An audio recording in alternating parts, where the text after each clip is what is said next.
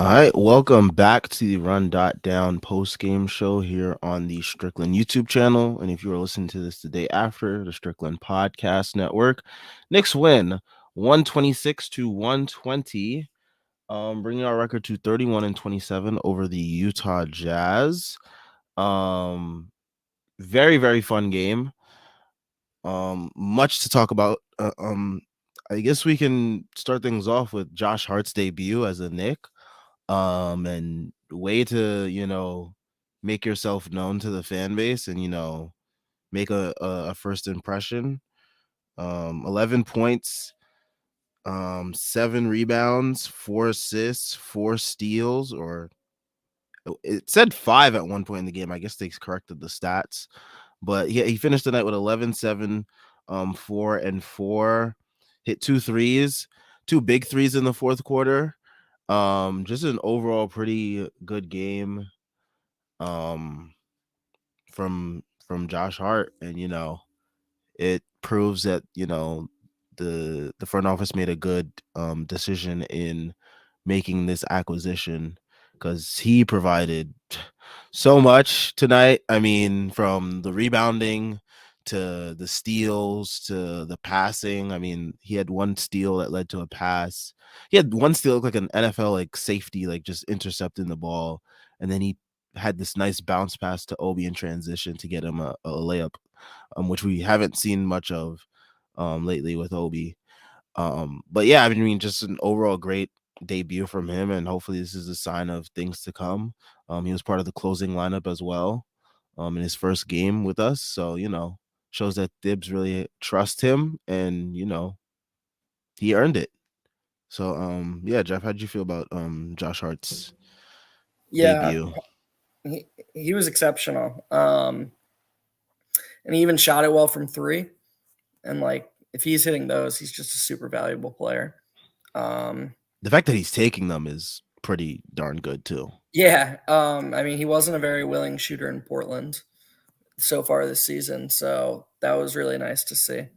Um, yeah, he was just everywhere. I thought you did a really nice job covering it. I think there's some I don't want to say worrying, but there's some things we have to be on the lookout here for over these last 30 games, but we'll get into that a little bit later. But for now, I think we should just enjoy the win. It was a good win.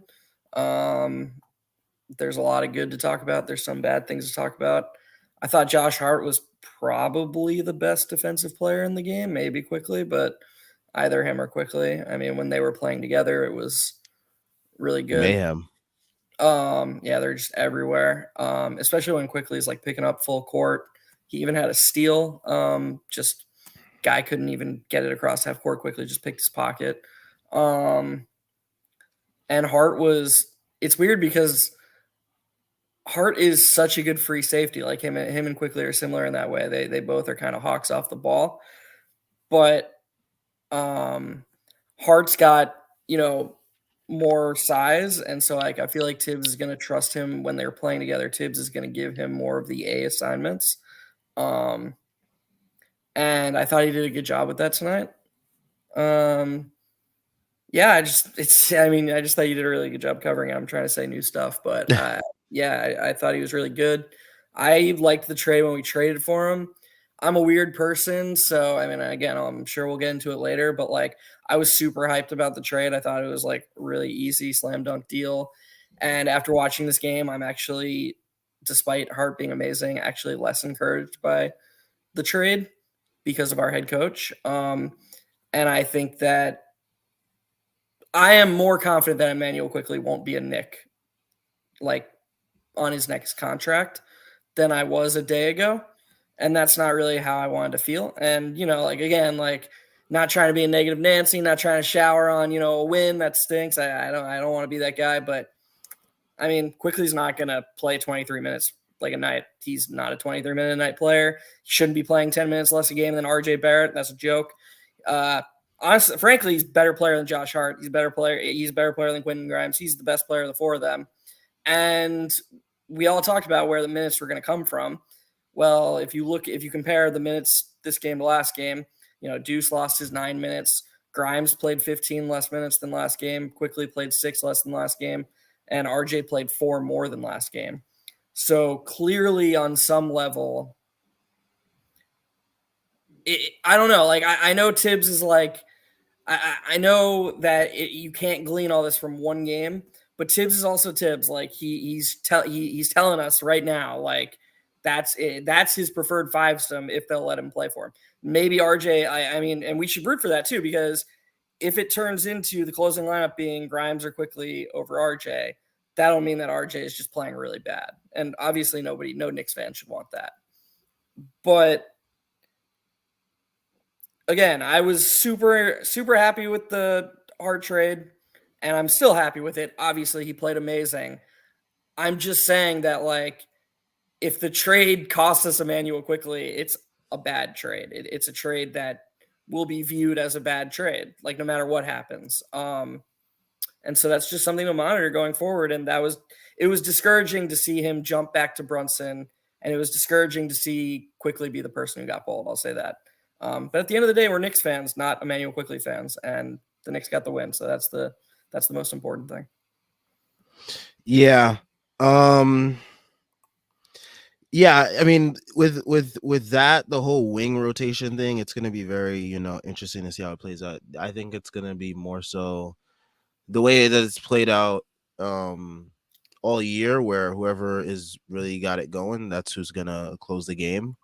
Right, but Quickly did have it going. So like, yeah, I know. So I think it's going to be like whoever has it going, and like based on the matchup, I guess tonight's matchup, he felt, RJ, who picked up things in the second half, after a rough first half, and Josh Hart, who was just everywhere all over the court. I guess he just felt like to go with those two. But yeah, I mean, we know he's not going to play small, so like that just eliminates the possibility of quickly sharing the floor with RJ and Hart. So that eliminates that right there. Sadly. You mean like with Brunson too? Yeah, with Brunson as well. Yeah. It is funny that you say that, because they didn't show Randall at first. So they showed Brunson at the scorers table, and I was kind of psyched because I was like, okay, Brunson's getting up, and then I was like, well, RJ's not coming out 2 minutes after he just came back in, and I was like, oh, okay, is he pulling Hart because, like, it's his first game and blah blah blah blah, like he's just gonna. And I talked myself into the idea that it was going to be Obi he was pulling Brunson for, and he was going to do a cross sub, and he was going to play a couple minutes and try Brunson, Quickly, Hart, RJ with a big. Because, like, that's not a small lineup in today's NBA, but for Tibbs, it's, like, really small. And for, like, 3 seconds, I was convinced that's where he was going. And, I mean, you're right. Obviously, that's just never going to happen. Yeah. Nope. The coach that we have is just not that. His brain is not able to wrap his mind around that concept. But yeah, I mean, going back to the box score tonight, another 30-point game for both Brunson and Randall. First time Knicks have teammates go 30 in back-to-back games since 1987, I believe they said on the broadcast. So it's been a really, really long time since we've had guys do something like this. Brunson with 38, 3 and 5, continuing his revenge tour, after being snubbed from not only the All-Star like regular reserves, but even the replacement reserves. Brunson was not announced, and we'll see what happens with the whole Jaylen Brown situation. There's reports that Embiid might sit out the game too. It's very weird. With All-Star game this year, a lot of injuries, so still a chance that Jalen Brunson might get in, but as of now, he is not in, and he continues his revenge tour as he is scorching the earth, scoring the ball right now, at an efficient clip as well. Oh, yeah. Yeah, I mean, at this point, I just hope he doesn't get in. First of all, it would be like the fakest of fake first All-Star games. Second of all, he would stay mad. That's good for us. And third of all, like, these crazy minutes he's playing, he needs a rest. Like, I just don't want him to deal with those All-Star festivities. one of the team's most important players. Just get him a weekend or a week off. Let him rest his body because apparently he's going to play 38 to 40 minutes every single game because we can't survive, 2 minutes with Emmanuel quickly running point guard. Yeah, that's still insane to me, despite everything that he's shown. But yeah, Julius Randle, another 30 piece as well. He will be actually in the All-Star game. He was named a regular reserve. No injury reserves for him. 31 points, 6 rebounds, 2 assists, 12 of 26 from the floor, and 3 of 11 from three.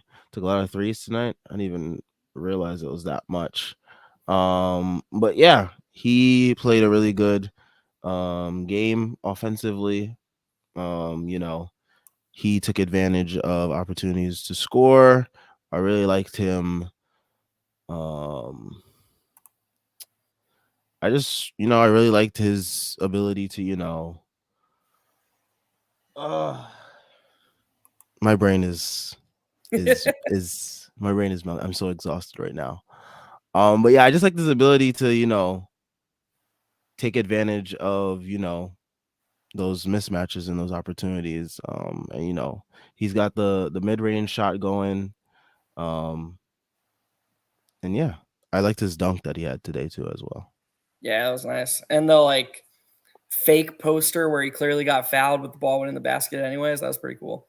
Yeah, this was a weird Randall game. I don't know. I think I forget when I said it.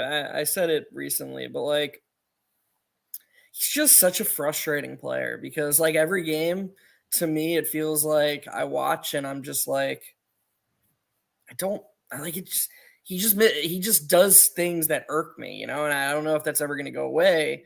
But then he puts up 31 and 6 and it's like, okay, I need to shut up. Obviously I'm wrong.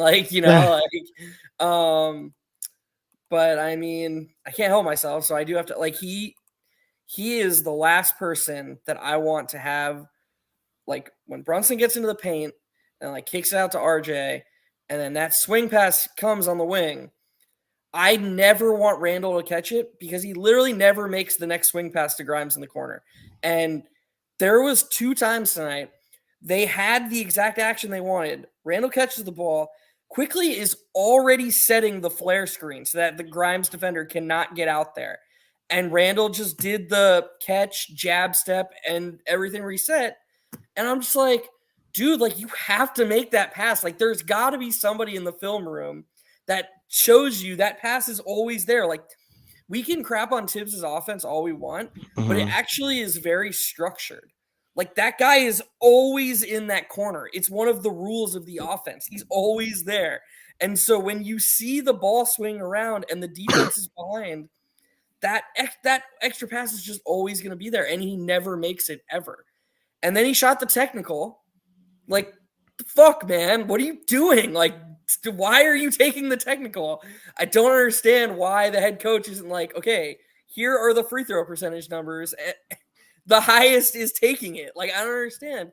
And it's not like it was Randall and Quickly and a bunch of guys he's clearly superior to in the hierarchy of the roster. Brunson was on the court. Just let Jalen Brunson take the technical. Whatever. Okay, that was long enough. He doesn't deserve total apathy. He was great again. And I'm rooting for him. I don't want to throw you under the bus here, Sam, but I've never been as far as you in terms of just not liking Julius Randle. I'm rooting for him. He's a Knick. He just man, he's a frustrating player to root for. And I mean, I'm glad he's on our team. He's an all-star, 2-time all-star now, made all NBA, clearly a very good guy. I think the frustration is more just if he could just make those plays, he would be an amazing player. If he was just making that extra pass, that's just such a difference for the offense. And especially when it's Quentin Grimes, because he's just so out of rhythm right now. He was awful tonight. Awful. Just He had no refuses to rhythm. shoot. Right. But he doesn't get the ball. He doesn't ever touch the ball.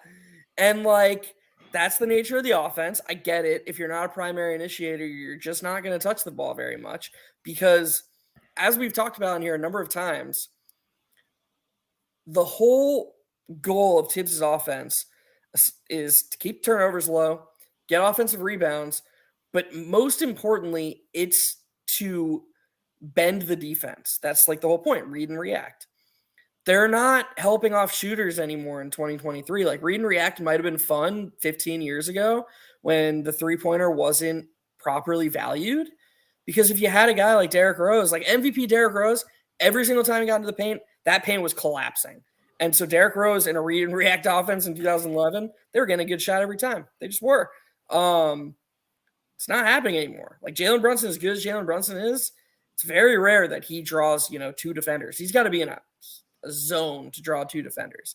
That's why you see all these possessions when Jalen Brunson dribble, shoot.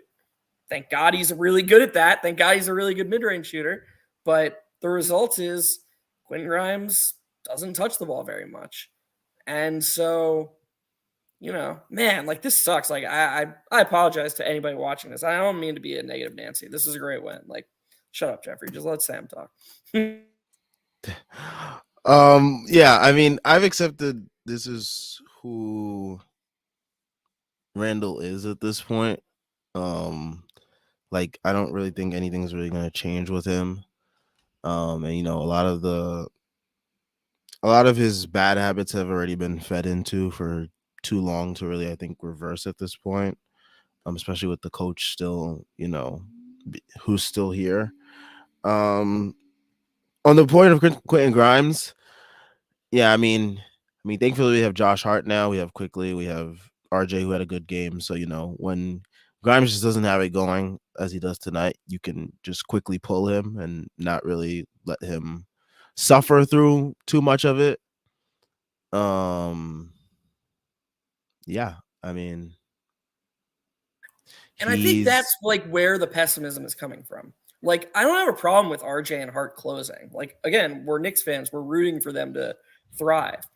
My problem is that when it comes to Quickly, he's already on a minutes budget because Tibbs doesn't sub for the first 8 minutes of halves. So that's 16 of 48 minutes that it's impossible for Emmanuel Quickly to play. He's already capped at 32 minutes. If with 8 minutes left in the fourth quarter, you're deciding, okay, I need to go back to Brunson and I'm gonna close with Hart and RJ. So, okay, IQ, your day's done. He's just not gonna play enough. Like he just isn't. This would be fine if we had a head coach who knew how to stagger and knew how to, utilize shorter shifts to make sure that when it's time for that decision to come, everybody's played like proper minutes and seen the court enough. But when you come off the bench on a Tom Thibodeau team, unless you're playing really well and he decides to close with you, you're just not going to play a lot. And so I think that's where the frustration comes from, is like Grimes fell into 22 minutes tonight. Grimes played as many minutes as Quickly did, and he was awful. But it's because he opens every half for the first 16 minutes, no matter how they play. And I mean, today they were awful to start the third quarter, and exactly, he didn't do anything to help the team, gain some type of like offensive rhythm by making a sub of any kind. It was wild to watch. It's just like can we just get like maybe one sub? Like he is just so stuck in his ways, he just won't change anything about it. Luckily, we were able to push through that and actually win the game. But yeah. And I guess that's where my attitude's kind of coming from. Is like, I mean, the Jazz were awful from three. Clearly didn't have their legs. We gave up 120 points to them, and this is even a Jazz, like they traded, Conley, Malik Beasley. Like this is a Jazz team whose sixth best player is that Horton Tucker guy, who like we know is bad at basketball. Like we just do. Like he's not good. So I don't know. Like I want to be positive about Josh Hart, but I just don't find this win at all encouraging. Like beating a Jazz team at home by 6, giving up 120 points to them, and Tibbs kind of showing his hand about the rotations and what they're probably going to be going forward, what they're going to look like. None of that is inspiring to me. I don't know. I hate being a negative Nancy. No, I mean, it's definitely the concerns are definitely warranted. As we've seen how this coach can be, and how when he shows us something, it's most likely something that's going to continue throughout. So yeah, your concerns are definitely warranted.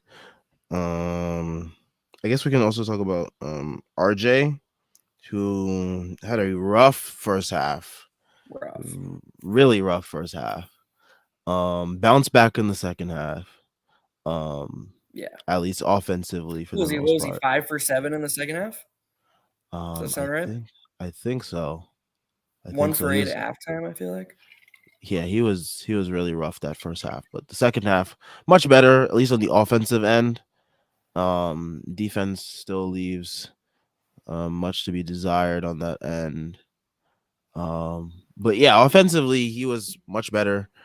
Um, more patient, was able to get, some foul calls and get to the line. Definitely helps when you're able to get to the line as well. But yeah, he definitely had a much better half. He hit some big time threes to help us with, I think, either take the lead or sustain the lead that we had. Um, He hit a but yeah, three.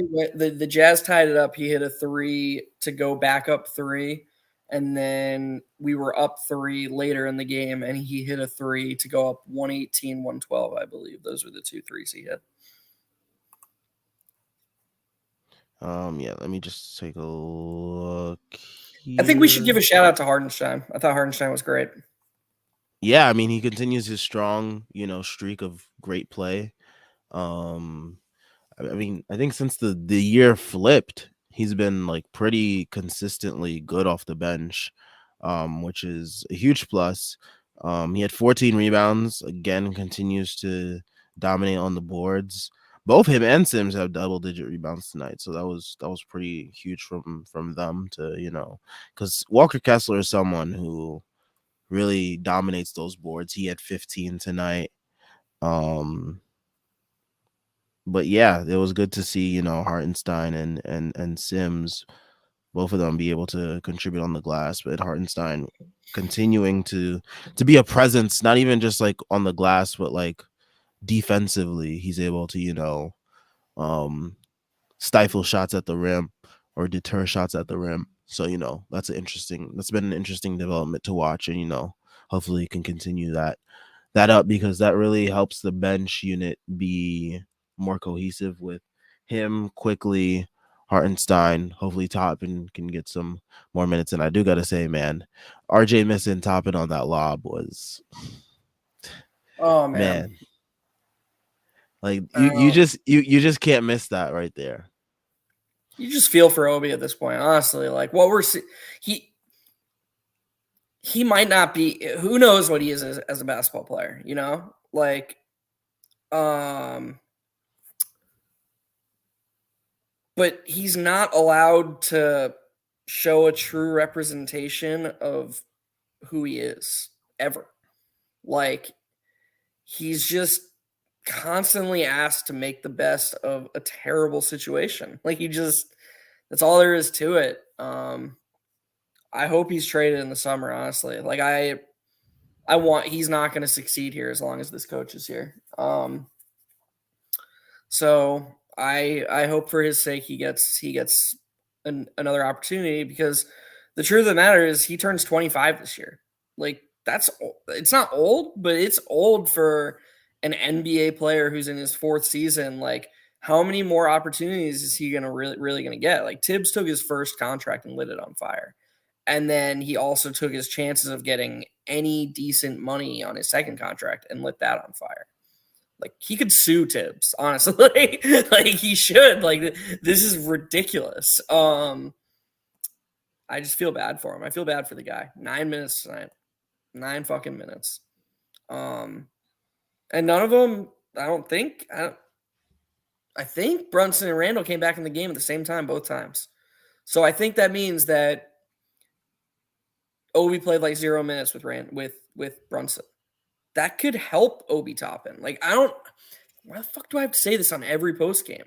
Like you can't just take a bench player who you clearly don't believe in and be like, I'm only going to play you in the least with our worst players.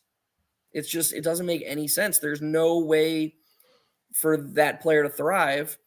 And this isn't a team with LeBron James. You need all your guys to thrive. Tibbs has this belief that, oh, I just ride my best guys no matter what. But like, there's no ceiling for that. There's no, there's, I guess we just got to enjoy what we can right now. Yeah. Yeah.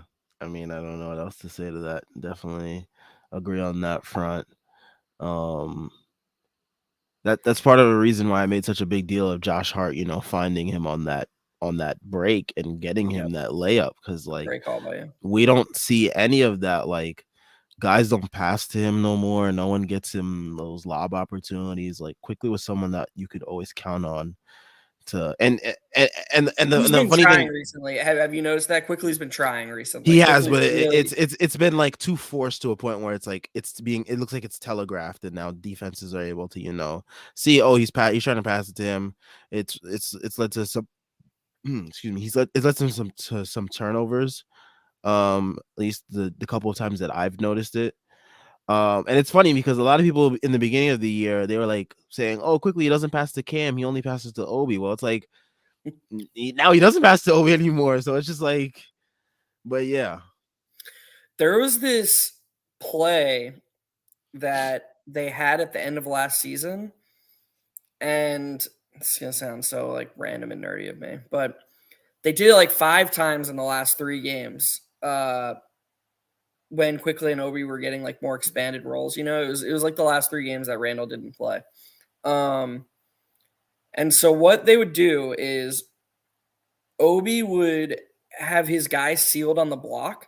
Like you know how like when a guy and his defender are just kind of like standing around, like it's basically like the defender's waiting for the offensive guy to like make some sort of move. You know what I'm saying? Like they're just kind of standing next to each other.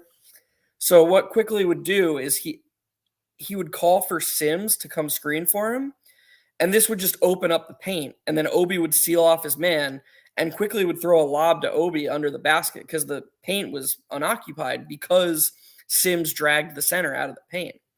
And they did this like 5 times, and I was like, this is actually really smart because the Knicks' primary action is always, a high screen and roll at the center. So this is a good counter to that. And they just don't do that anymore. Like Obi's not allowed to go in the paint. It's like it's a rule or something. Like he's not allowed to go down there. And I don't know why. And then they also don't do that. You remember like earlier this season, they used to open the second quarter a lot with that kind of cool play that ended with a lob to Sims. Like I swear we saw at the start of the second quarter Quickly throw a lob to Sims like every single time. They don't run that anymore either. They just don't do anything anymore. It's just high ball screen and hope. It's mind-boggling. Yeah, it's just high ball screen and hope for the best. That's what Thibodeau's got. And it's worked to a degree, but it's like, and like people will say like, hey, it's work, they're winning, but it's like also like you can refute it by saying how much better could we be if we expand the playbook? Like that's always a thought that crosses my mind. But yeah, Yeah, I mean, it's interesting because that guy who's kind of new to Knicks Twitter, XJ, he's really smart.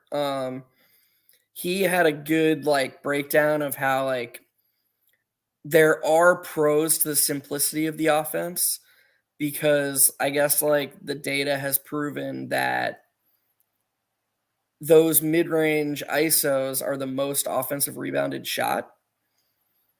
And you're also obviously less likely to turn it over if there's less, if there's less passing. Like that's just logical. Like the less passes you throw, the less likely you are to turn it over. And so like there are regular season pros to this offense that he's running. It's not like, I mean, obviously they're a top 10 offense, but like most things with Tom Thibodeau, I do believe it comes with a low ceiling because as we've seen, Randall and Brunson aren't just gonna be able to get to their spots when they're playing great defenders. Like, let's say we match up with the Bucks in round 1 and the Bucks actually start scheming for what we're doing and they just throw Drew Holiday and Giannis on Randall and Brunson. Brunson, woof, We need a God plan bless. B. You need a plan B. It can't just be like keep trying that. It has to be like, okay, we need to run some You know what plays. Tibbs will say? Tibbs will say they didn't execute hard enough. Right. They didn't execute to the way that he designed it to happen. Like It's it reminds me of in football when like a coach punts on 4th and 1 from midfield and then they never see the ball again and in the post game he's like, well, if the defense just executed and got the stop like I planned, we would have gotten the ball back and had a chance to win. It's like, but shouldn't you account for the fact that maybe they're not gonna get the stop? Like, shouldn't that's your job? You have to play out the range of outcomes. Like Tibbs doesn't really see it as a range of outcomes. He just sees it as like, if everyone does what I want and the things go the way I see them, it's gonna work. And it's like, okay, but that's not always gonna happen. yeah. I don't know. It's frustrating. But yeah, I mean, did we talk about quickly? I mean, we talked about him and like how he didn't play. Right. Or the minutes that he didn't play. In the minutes that he did play, 15 points, 6 of 9 from the field, 3 of 6 from 3, 5 rebounds. I only am bringing up quickly because his little highlight package just showed up on the post game show here. And I was enjoying that. I enjoyed that Julius Randle behind the back pass to That him was in the awesome. corner. That was great. And it's just great to see him Can like. I say something about that play Mhm, before you continue? I'm sorry. go ahead. Um, so if you rewatch that play, Grimes and Quickly are bunched together in the corner, and Quickly knows exactly what's going to happen, and he knows that that corner is going to be unoccupied. So he waves Grimes away. He clears him out, and Grimes goes to the corner opposite. He bolts to the corner opposite because Grimes is smart. Like he sees what Quickly sees. And when Grimes clears out the corner, that's the only reason it was open. I mean, I know it sounds stupid, but I love stuff like that because you just when you watch Quickly and Grimes, you just see how good their minds are and what they see, and you just see them talking and pointing and getting guys in right spots all the time. And if you watch the play we were talking about earlier, the OB miss under the basket, Mhm. both Hart and Quickly are like pointing at Obi under the basket, like, hey, he's right there. So yeah, I'm sorry to interrupt you, but yeah, I thought that was pretty Nah, cool. it's all good. Nah, definitely. I mean, I feel like a lot of these guys, their IQ is probably a lot more. It's being hindered by Thibs's stagnation and like rigidity. Like I feel like their creativity and their you know, like just their basketball chops would be highlighted more in a system that allowed for more offensive creativity, more you know opportunities for them to showcase that, more movement, more stuff like that. So you know but yeah, I mean, IQ, he had a great game. I wish he played more. I won't really complain that much, just because like Josh Hart, I feel like also with this game, I feel like Thibs might have just been trying to just get Josh Hart out there and just like see what he does with like different various units, and like he used them tonight in the closing unit, just because he had such a great game defensively and on the glass.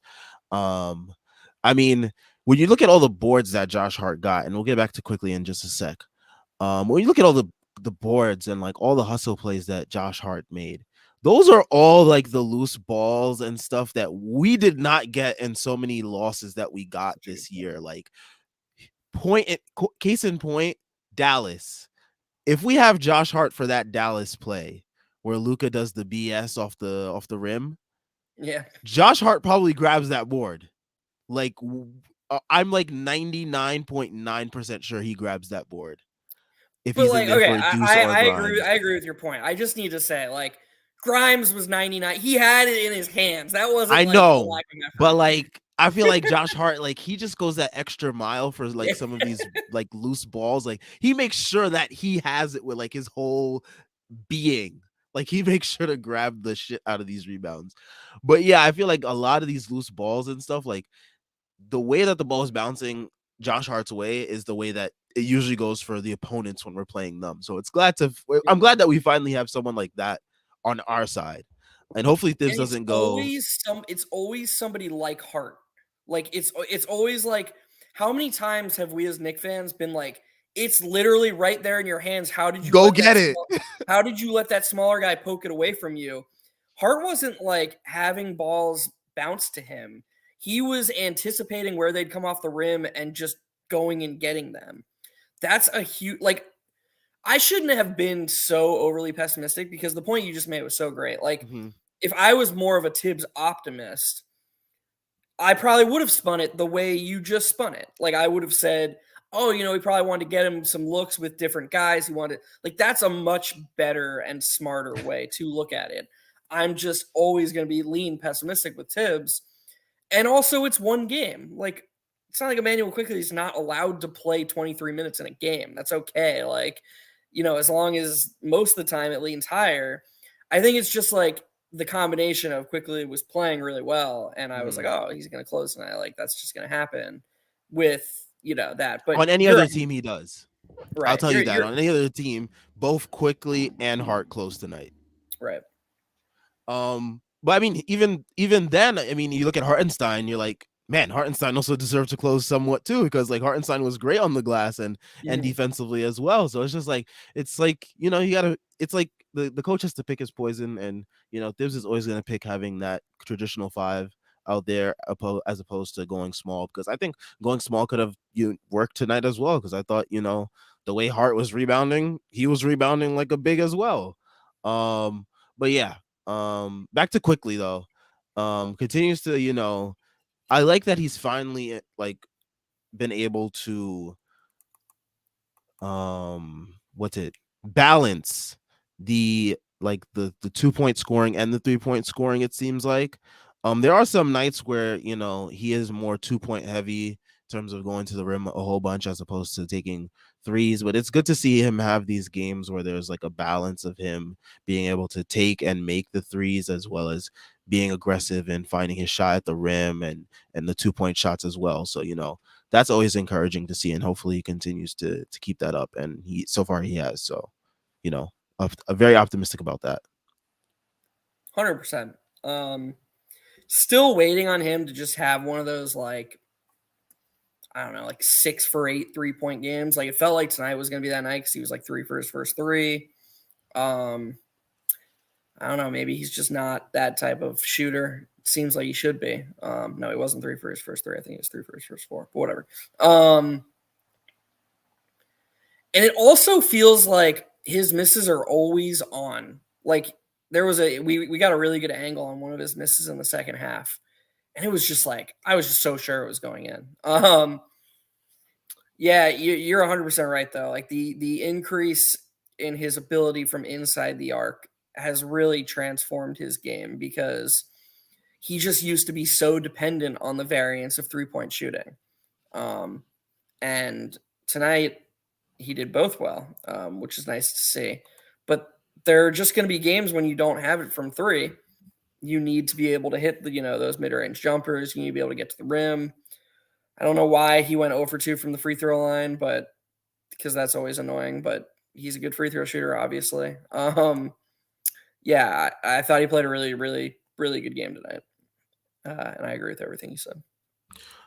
All right, let's get to some comments before we do. It's time for everyone's favorite part of these shows. NBA fans, it's time to bring the hoops action to the palm of your hand with DraftKings Sportsbook, an official sports betting partner of the NBA. This week, new customers can bet $5 and win $200 in bonus bets instantly. Plus, for a limited time, all new and existing customers can get a no sweat same game parlay every day. Go to the DraftKings Sportsbook app today, opt in, and place a same game parlay on any NBA game. And if it doesn't hit, you'll get a bonus bet back. Once again, my streak of not being able to hit a Knicks same game parlay continues. Man, I had for all those people that want to listen in on my misery. I had Brunson over points, Randall over points, Markkinen over points, Quickly over points, Randall over rebounds, Kessler over rebounds, Brunson over assists, and Randall over threes. Brunson's assists and Randall's rebounds did not hit today. Man, I gotta show you this good opponents site that I use because the Jazz give up the least assists to point guard. I had Brunson under assists tonight for that reason specifically. They give up the Mm. least assists to point guard of any team in the league. I was with you on. I mean, I lost too, so fuck do I know? I'm not. I'm not like like I'm not saying I'm any better, but I had a lot of the same ones you did. I think I lost on Kelly Olynyk threes. I assumed he was going to get. Mm. You I thought he was assumed he going to was be the going to. one to kill us tonight? I just thought he was going to get some of those pick and pop threes that opposing bigs get because we Yeah, play it was drop so coverage. weird to not. He was barely on the court tonight. Yeah. Um. So yeah, I had I was with you on Markkinen, I was with you on Randall, with you on Brunson points, and then we had Brunson under assists and stupid Kelly Olynyk. Mm. Yep. There's always that one leg that will get you. It really is, and that's like how they keep you coming back. Like not to Because you're disparage. like, oh, I was this close last time. I can Yep. definitely get there this time. If you want to be like us, download the app now and sign up with code TBPN. New customers can bet $5 on the NBA and get $200 in bonus bets instantly. Only at DraftKings Sportsbook, an official sports betting partner of the NBA, with code TBPN. Minimum age and eligibility restrictions apply. See show notes for details. All right, let's get rolling with some comments. So Chris Bernhardt, he starts us off. He says, "So Josh Hart is awesome." Then he says, "Okay, I lied. He isn't awesome. He's phenomenal. Legit everything you want in a role player. I'm pumped for this bench going forward because he's gonna make IQ's life so much easier." Definitely agree with you there. I think he's going to make his life easier, not only defensively because of like everything that he was able to do tonight, but the fact that he's like willing to take threes, which is something that was a question mark coming into New York because his Portland tenure, he was much more of a slasher. If he's going to make and take threes, then yeah, he's definitely going to help the bench a ton. I mean, that alleviates the offensive pressure on IQ. We know that Deuce has started to make shots, but he isn't really he doesn't have the I guess the reputation that Hart has in terms of shot making from three. Because I mean there was one point where I think before coming into Portland, Hart was like around a 34-35% 3-point shooter. So he has that reputation of being at least a reputable 3-point shooter. But yeah, I think he's definitely gonna make IQ's life easier. Hopefully Thibs doesn't, take that to the nth degree with balancing things out. I will say, I think that's a really good point by Chris and something I didn't consider um, watching the game and just thinking about it. But he's definitely deserving of more on ball reps. And like Tibbs was giving them to Deuce, like Deuce was getting to run some point a little bit. So I agree that I hope it's not just 100% Quickly and RJ with that unit. I hope that Josh Hart gets to run a little bit of screen and roll because he's a good decision maker when he gets inside of the paint. So yes, I agree completely that that is one of the great benefits of having Josh Hart is he's going to make Quickly and the rest of the bench unit and anybody he plays with, he's going to make their lives easier. So yeah, I mean, it's just a great addition in that retrospect. Ace Bouchard says the Josh Hart trade is this year's version of the Derek White trade. Could be. Could be the same, sort of impact there. We'll see how far we can, take ourselves in the playoffs / play in. But yeah, I think we have a good chance to make the playoffs without, going through the play in. It all depends on, how things shake up with Miami and Brooklyn.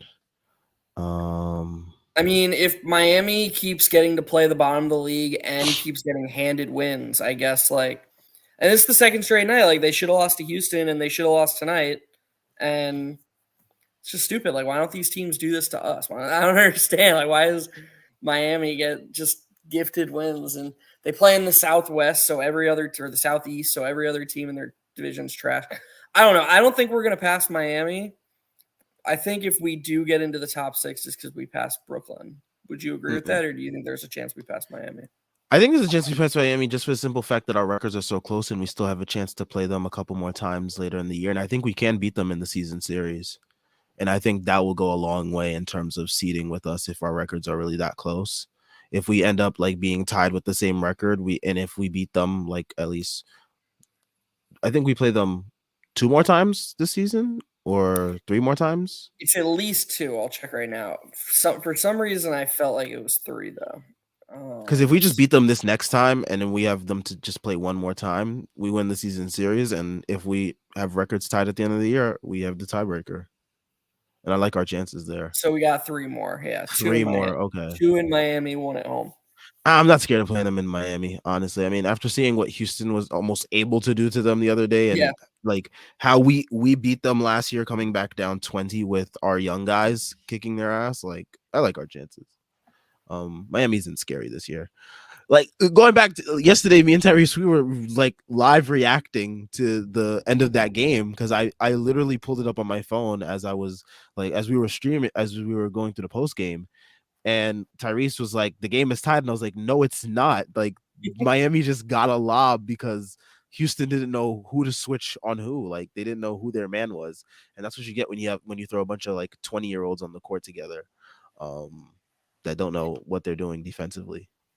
Did you see the end of the Brooklyn game tonight?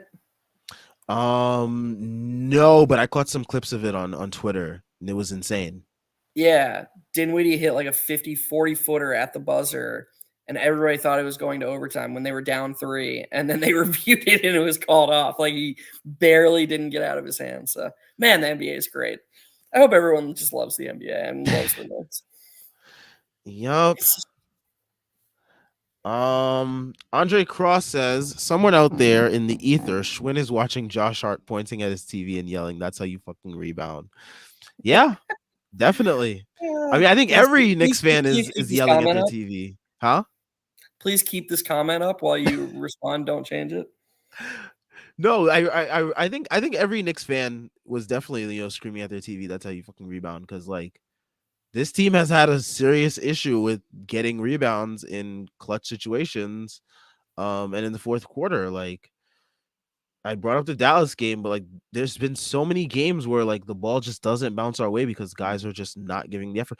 Another situation is if RJ grabs that rebound, does the Clippers game go to overtime? Probably not. And I think Josh Hart grabs that rebound there. I really do. Especially after seeing how he rebounds the ball. He rebounds like his life depends on it. Um, but yeah, Doesn't it just seem like to move it away from the quickly part of it? Doesn't it just seem like Josh Hart is just a lock to close every game? Like if he because plays like this, hell yeah. but I don't even think like the thing is that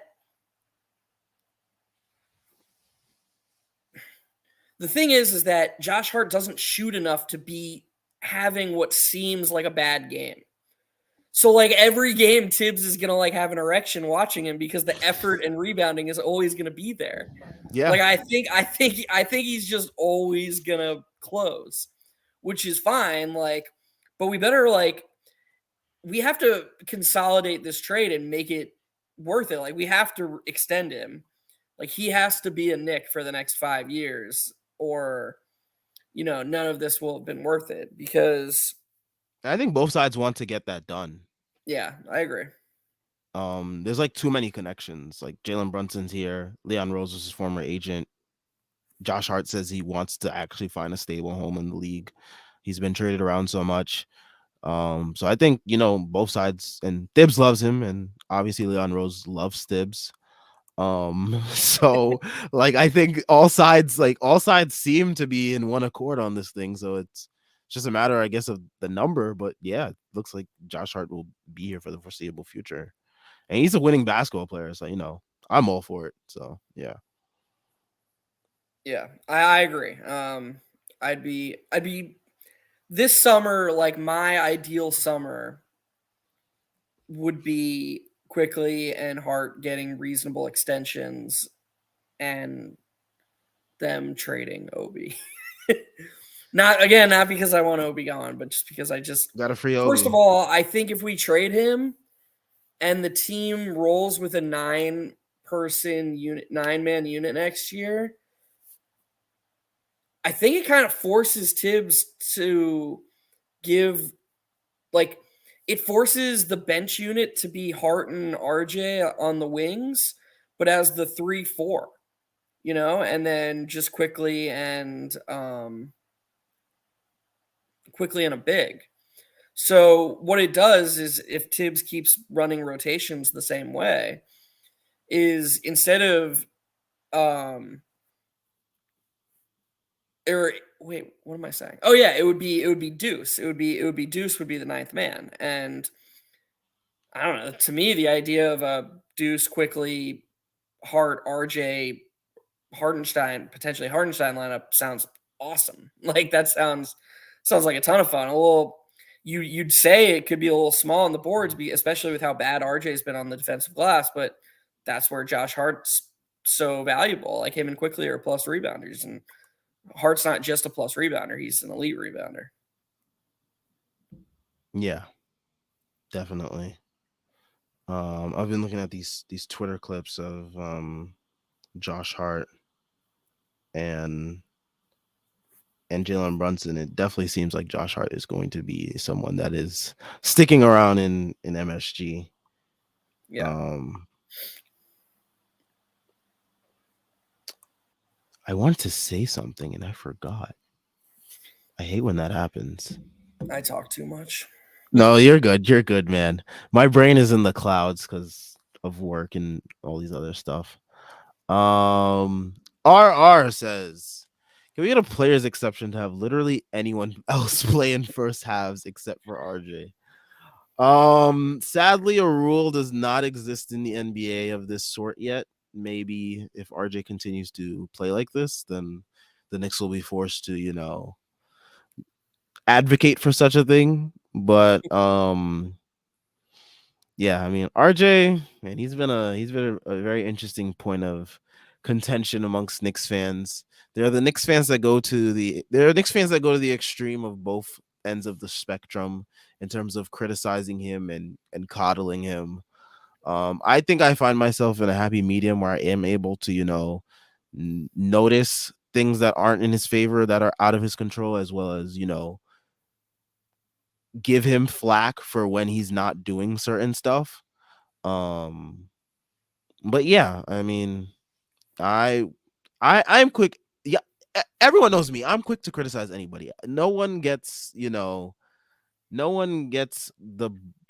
brunt of anything from me. Like I'm not soft on anyone on this team. So I just don't get how you can be anywhere but the middle, because you're a Knicks fan. So like everyone who's a Knicks fan should be incentivized to root for him on some level.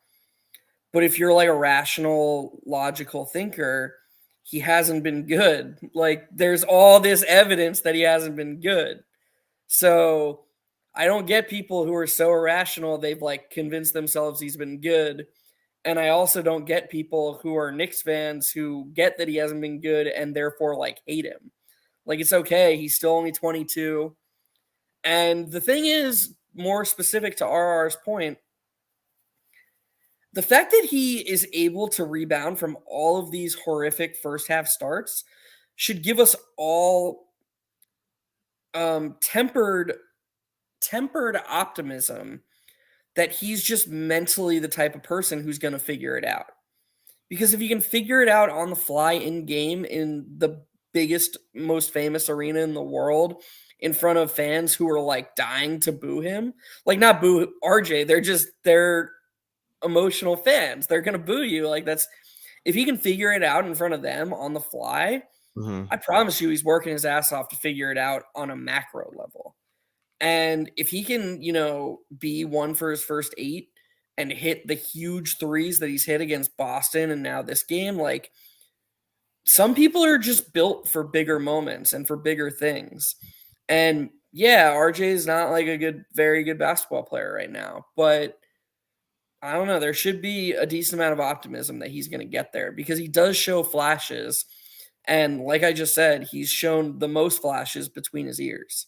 Um, so that's my dose of optimism for y'all after being miserable for the first 20 minutes of the show.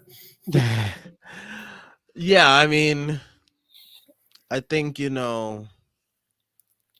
he definitely has to be better. And, he's not gonna get better if the coach at least continues to like I'm glad today like he actually like sat him for a good amount of that second quarter. Like he wasn't good, so like Thibs sat him. He came back in the third quarter and played some good basketball. Like that's what you're supposed to do. I hate when Thibs like he's playing bad and Thibs like lets him play bad through an extended stretch of like 18 minutes straight or something like that. Like that's just Yeah. insane to me. That's not good coaching. That doesn't help RJ in any way. Like if anything, it forces him to like force up even more bad shots to like get himself out of that rut. So like, yeah. This is why shorter shifts are needed. Like every other team is doing it. How does he not know this? I don't understand. I watched the Bucks game last night. Giannis came out in the first and third quarter at the 7-minute mark. Giannis did. Like he plays multiple shifts in the first quarter. Mm-hmm. Chris Middleton, who's coming off the bench, plays multiple shifts in a half, despite only playing 12 minutes. Because Bud plays you 6-minute shifts. That's what he does. If RJ's like, and obviously you have to stagger a little bit, so some people are going to play a little bit longer, but it's really not that hard to keep all 5 of your starters in the 6 to 10-minute range for their first shift. And what it does is it creates so many different more lineup combinations. It lets other guys play with, different players. It lets different lineups function together. And to your point, it doesn't keep guys who are not playing well or lineups that aren't playing well together for extended periods of time because you think that's like the rule. Like sometimes a change is just needed. And people will always just be like, "Oh, Tibbs wants to lean on his starting lineup." Well, okay, if we had the best starting lineup in the NBA, yeah, okay, that's one thing. But we have a really young team that's depth is its strength, not its top tier talent. So they're not just going to show up on 82 nights a year. And the point you made earlier, where Tibbs would just say, well, if they executed, it would have worked. The most volatile group of players is young players. So this whole like rigidity and continuity thing, you need to do more improvisation with your rotations, and you need to be more open to versatility and to changing it up. And that's why you'll never be able to convince me that there's not a worse marriage of roster and coach. Because I do think there's rosters out there where what Tibbs does and what he brings would just be absolutely enabled and he could have success. Like he's clearly like on some level a smart basketball mind. He clearly knows how to like motivate players because you saw Emmanuel quickly tonight. He was the first guy off the bench celebrating after every big three. This is year 3 with a player who's probably going to lose out on like $50 million because of this head coach. And Thibodeau has like mind fucked him into thinking that like, oh, it's okay. Like you love it. You're going to fucking like it here. And and he's just done it. So clearly Tibbs knows how to talk to people in a way and knows how to like get a team to play for each other. That's a skill. That's a skill I certainly wouldn't have. These guys would just fucking laugh at me like if I was the coach and I was talking about my analytics and shit. They'd just be like, "Who the fuck is this guy?" Like. But he's got that skill. I don't think this is the roster for him, and this is just another example of why. Yeah. Hopefully this marriage come to an end, but I don't see that coming. All right. let's see.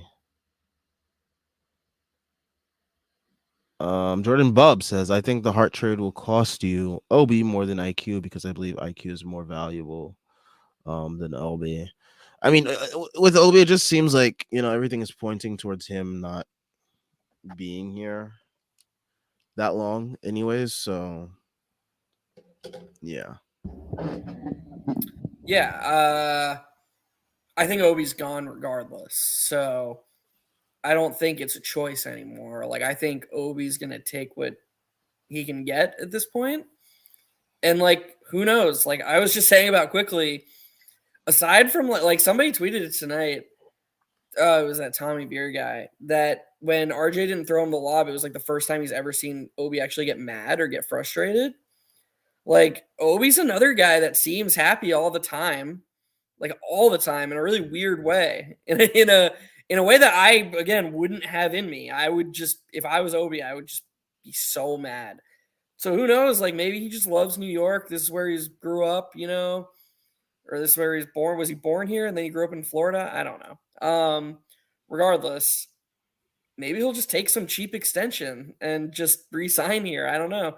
We're gonna be over the cap, so like if the Knicks threw like 3 for 30 at Obi and he was just like, "Fuck it, I love New York, I'll take it."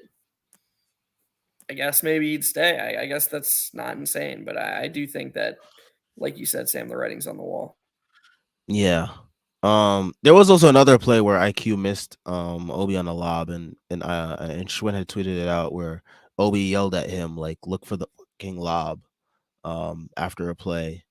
So this is something that's starting to, I guess, build up with Obi. The frustration, which I totally understand because they used to look for him on the lob, and now they don't. So Yeah, they just all he gets to do is shoot threes or attack closeouts.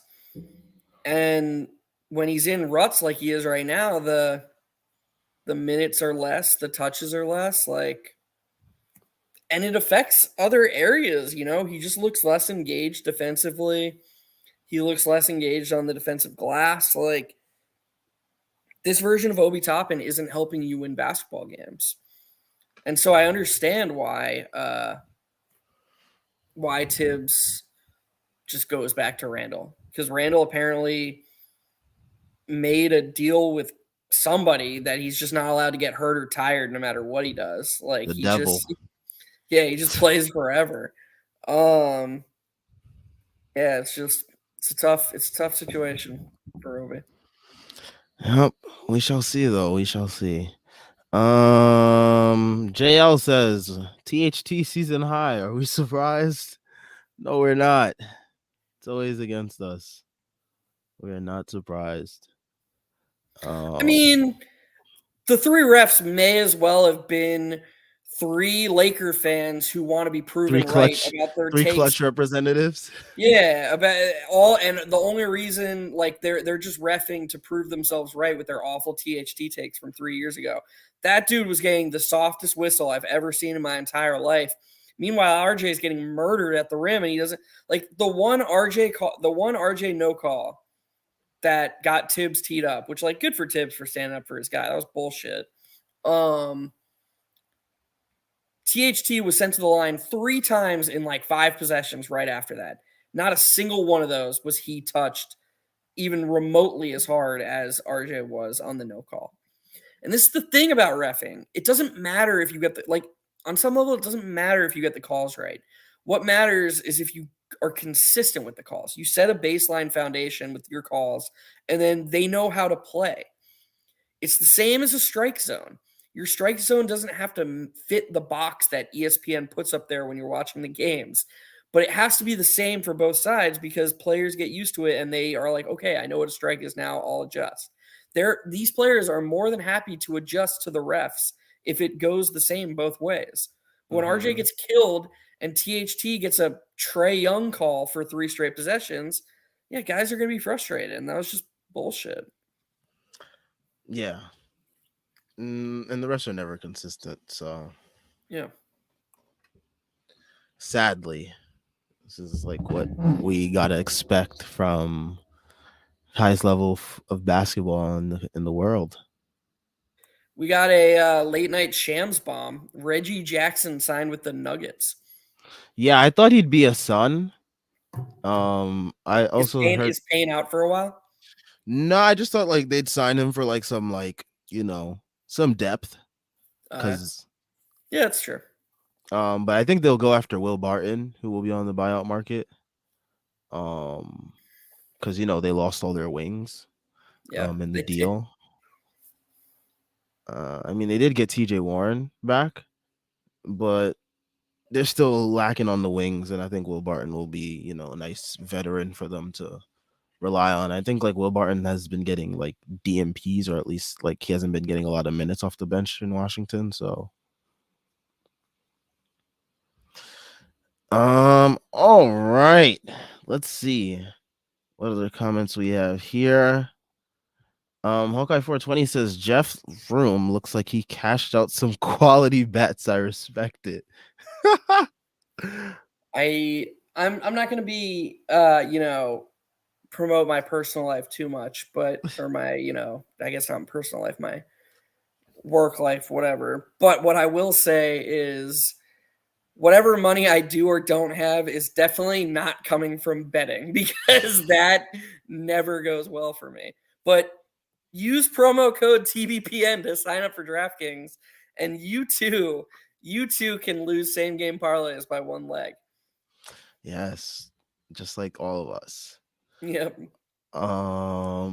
He also says, as terrible as it is, the fact that the problems with this team are repeatable and actually very fixable is kind of a good thing, as annoying as it is. Also, yeah, I mean that's what makes this team frustrating, is because it's like a lot of low hanging fruit and like stuff that can be very fixed with like the appropriate like schemes and plays, but they just don't happen because the way the coach just operates things. Um but yeah, I mean Yeah. that's what makes everything that much more frustrating. Yeah, I would lean on the frustrating side and not the hopeful side because Tibbs has basically proven that he thinks he knows he has the answers to everything, and solutions don't come by making adjustments. Solutions come by doing what he thinks is right better. Um, so yeah, I think we're just gonna keep seeing a lot of the same things, and the people who don't think Tibbs is the right coach will continue to be frustrated, and the people who do think Tibbs is the right coach will they'll bemoan the fact that we don't have better players apparently, which they don't see the flawed logic there because they're kind of saying that coaching is irrelevant and a coach is at the mercy of his players 100%. I do not buy that notion. I think that it is very clear who the better coach in tonight's game was. Will Hardy has been exceptional. He does a lot of things well. They run a real offense. Um, he staggers his best players. He knows how to shorten rotations and sub guys in and out. And yeah, but I guess we'll never know because apparently Tibbs has a lifetime contract here. And I gotta be honest with you, Sam. I don't know if I'm gonna still be doing these post games with you if Tibbs is head coach of this team in 2028. At a certain point, I'm gonna reach my breaking point. Will Dibs even be alive in 2028? Man, that's brutal, dude. That's fucked up. I don't know. A lot of things could happen between. I mean, what is that? 5 years from now, a lot of things Yeah. could happen. I guess you could probably guarantee that one of me or Tibbs will be dead by 2028. Either he'll have a heart attack or his coaching will give me a heart attack. And like Oh man. But yeah, I mean, he's an old guy. 5 years. Who knows what could happen? A lot of things. allegedly. Allegedly, a lot of things could happen. Medically, physically, anything. All right. Menno ask, do you guys think we'll ever see a lineup of Brunson, Quick, Grimes, Hart, Randall, or is that too small? It's too small for Thibs. It's not too small for me. I would like to see a lineup like that. I think that would be fun. But Dibbs has this incessant need for a traditional five on the floor at all times. So I just don't see this lineup coming through to fruition. Um, yeah, Um, I think there's a chance we see it with RJ instead of Grimes. Or excuse me, RJ instead of Quickly. I think there's a chance we see it. I think there's a chance we see the RJ Hart front court, especially if Obi keeps struggling. mm, Like if Obi keeps struggling and he's just pointless out there, eventually Tibbs is just going to go to like his best guys for real. Like in a playoff setting and stuff. Like Tibbs leaves a lot to be desired in a postseason setting. But like as we saw in the Hawks series, he's not afraid to just like, okay, you're done. You know, like he's not afraid to say that to a guy. oh And yeah, for like sure.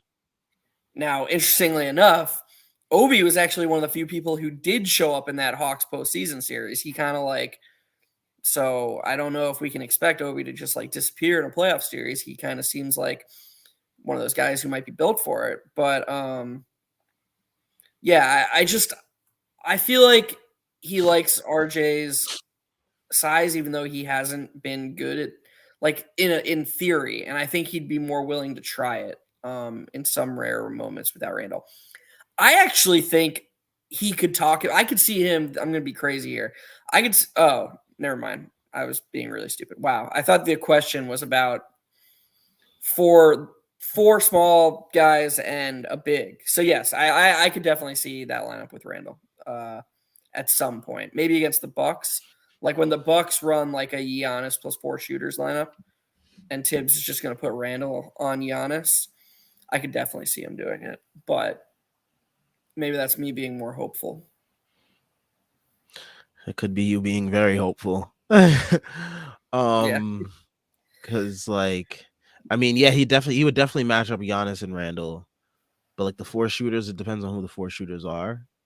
Like I know Mm-hmm. they added Jay Crowder, so if Jay Crowder's out there with like Chris, Drew, and like Wes Matthews, something Yeah. like that, maybe Thibs is forced to play four smaller guys around Randall. I mean, that's a Um, totally reasonable lineup that the Bucks will run all the time. And like, this is gonna sound stupid, but if the Bucks are running that lineup and Tibbs tries a normal center against them, even if it's Mitch, he should just be fired on the spot. Like that's not coaching. That's just oh my god. How did you get me mad just thinking about that, Sam? God damn it. Nah, because it's something you legitimately have to think about. Like you legitimately have to think like, oh, is this something that this coach would do? Uh, but yeah, I would be very, very upset if I get whatever. I guess if it's Mitch, I shouldn't be upset because Mitch, he's earned the chance to prove that he can't guard Giannis in that type of setting, you know? hmm Like Mitch shouldn't just be relegated to like, okay, like you don't have a chance. We're not even gonna give you a chance.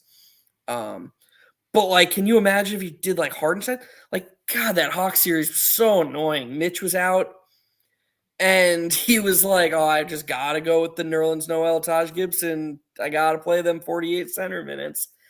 And the Hawks were just running circles around us. It's just he got circles ran around him by Nathan McMillan. Ugh. insane. Christopher Vieira.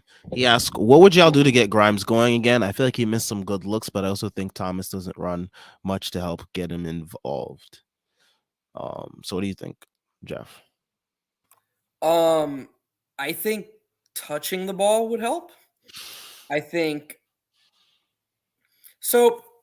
When you watch the Knicks offense, especially with the starters, like there's a reason that every time Emmanuel quickly comes in the game, the first thing everybody tweets and anybody who's watching the game says is like, "Holy shit! Like there's life in this team now." It's not an accident. It's because with Jalen Brunson running the show and with Julius Randle as the 1B option, the Knicks are like the slowest team ever. And it's not just slow pace getting the ball up the court, it's how long it takes them to get into their sets because they do that window dressing action where somebody comes and catches the ball and then passes it back to Brunson. And all of a sudden you look up and there's 9 seconds on the shot clock and Brunson's still 10 feet beyond the 3-point arc. So the best possessions that the starters have is when they get into their sets earlier, whether it's eliminating that window dressing action or pushing the ball up the court off a rebound. I don't care. Grimes is going to benefit from some pace. And then just having some semblance of creativity. Run a friggin' Julius Randle, Quentin Grimes dribble handoff. Run something. Like him just standing there is doing nobody any good because nobody's ever going to help off him. So it's like his entire job is to operate as a spacer. Yeah. He literally didn't touch the ball meaningfully until his first shot at like the end of the quarter. What is the guy supposed to do with that? He's running around collecting cardio for 11 minutes and then he puts up a three. Okay, like, do we really expect him to be as efficient as somebody like Jalen Brunson who's shooting the ball and dribbling the ball whenever he wants? Like, play a game of basketball and get back to me. Like anybody who's played at any level will tell you that you're more comfortable the more you're involved in the action. We saw it from Obi last season. Me and you, Sam, spent the entire season saying that Obi's 3-point numbers didn't matter. He's a better shooter than his numbers showed, and he's a more efficient player than his numbers showed. And the second he started getting regular run and regular touches, he would be a rare case where the usage goes up and the efficiency goes up because he would finally have his feet. He would finally have feel for the game, for the flow of the game. And we were proven right. Grimes is the same thing. This is a former point guard that you're saying you're not going to touch the ball ever. So, like, I don't think his efficiency really matters right now until we start running a more, like, democratic offense. I think you're going to see these types of fluctuations in his efficiency. Christopher Riviera, and I definitely agree with what you said. He also said, agreed, I wish we could use him as a movement shooter too, which I think would go into like the DHL thing. And, just like running like some type of off ball action for him to, get something, while he's on the move. But I do like him spotting up more just because he seems to have a thing with setting his feet when he's shooting, where he's rushing his shots. I don't know. Did you see what Tyrese called him on Twitter? He called him a light skinned Muppet. Yeah. Dude needs help, man. Like, what the fuck is that?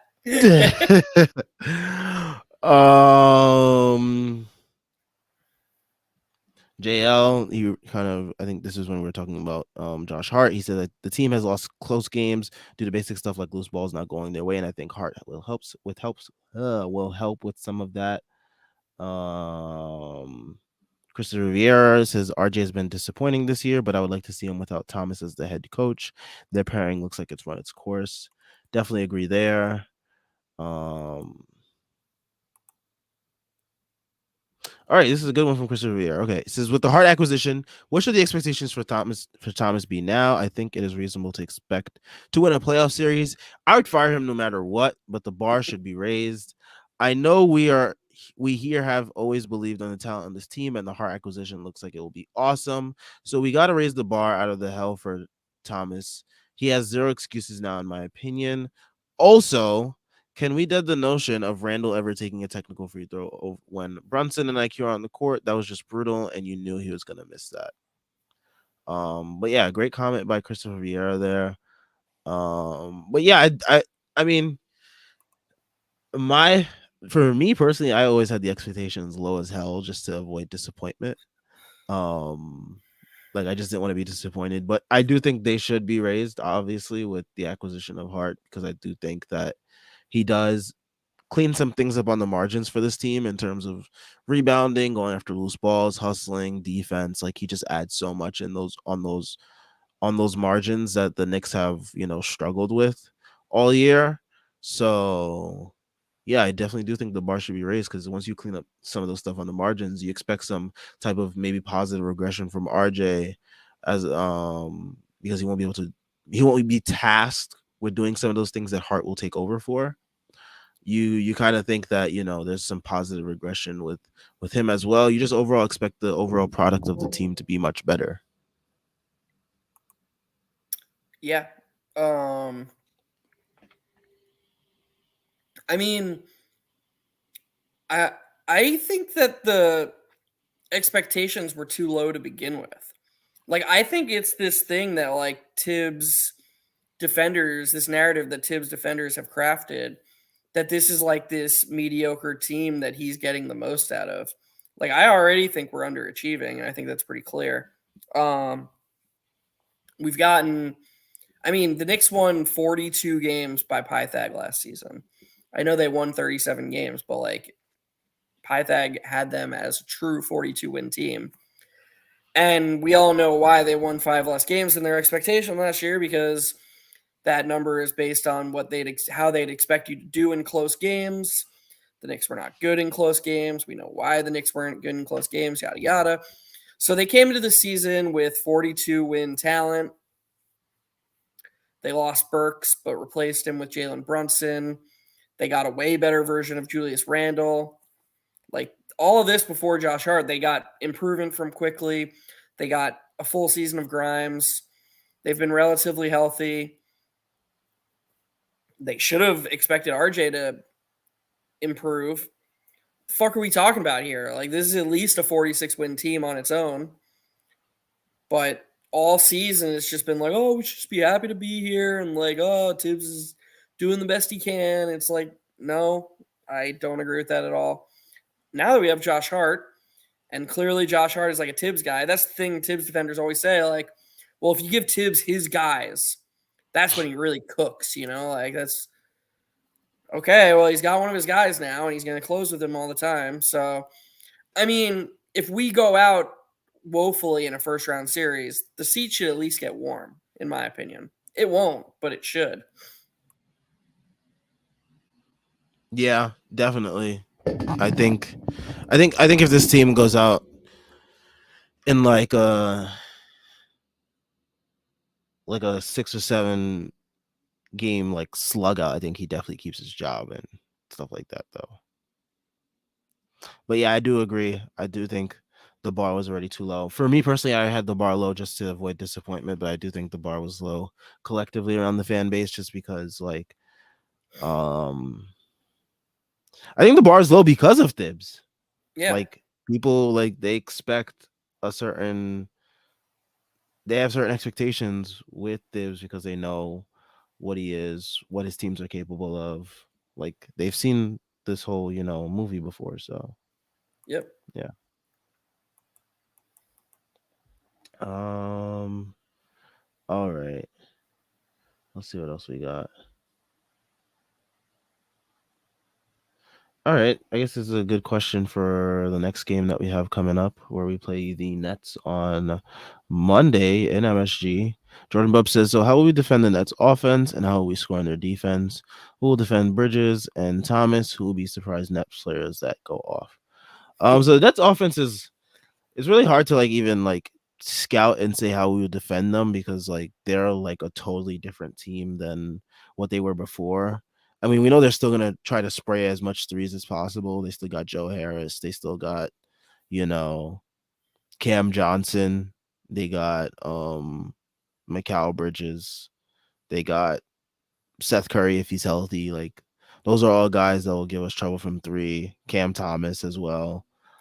Um so yeah, it's mainly just going to be about defending the three. We know this team is pathetic at defending the three when it comes to a team like Brooklyn.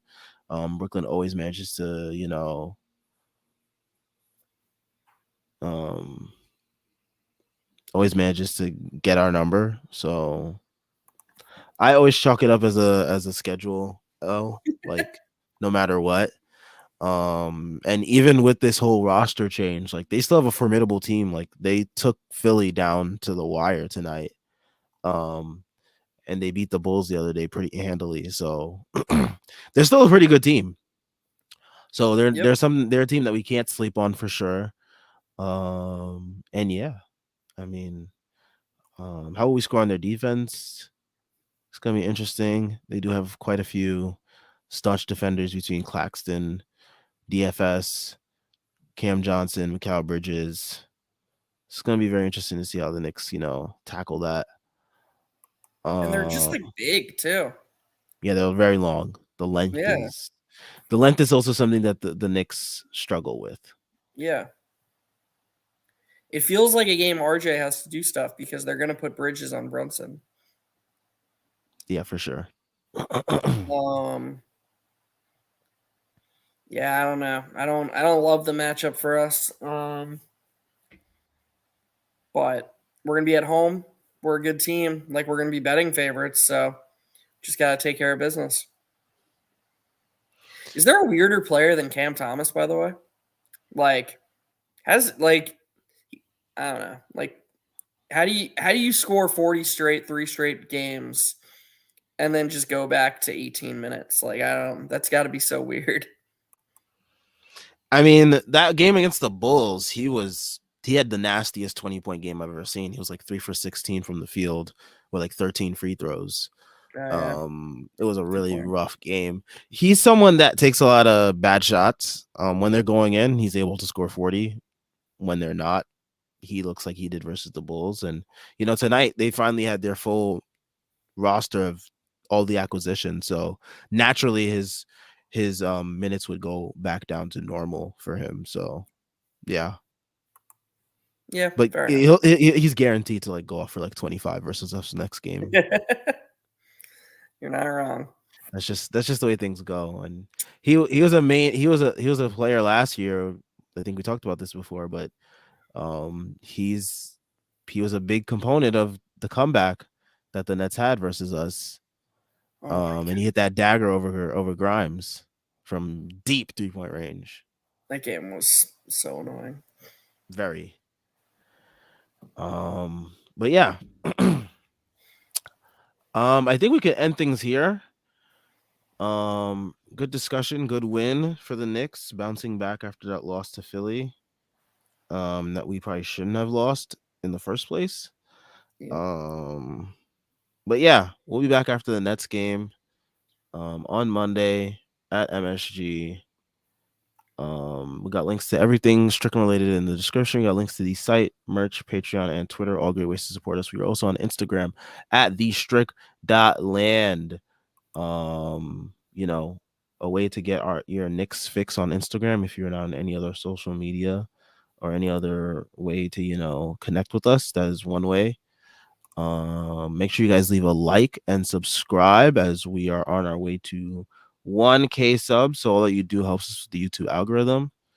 So we'll catch you guys on Monday. Everybody enjoy the Super Bowl tomorrow. Hopefully whoever you're rooting for wins and you make some money off of it. Peace.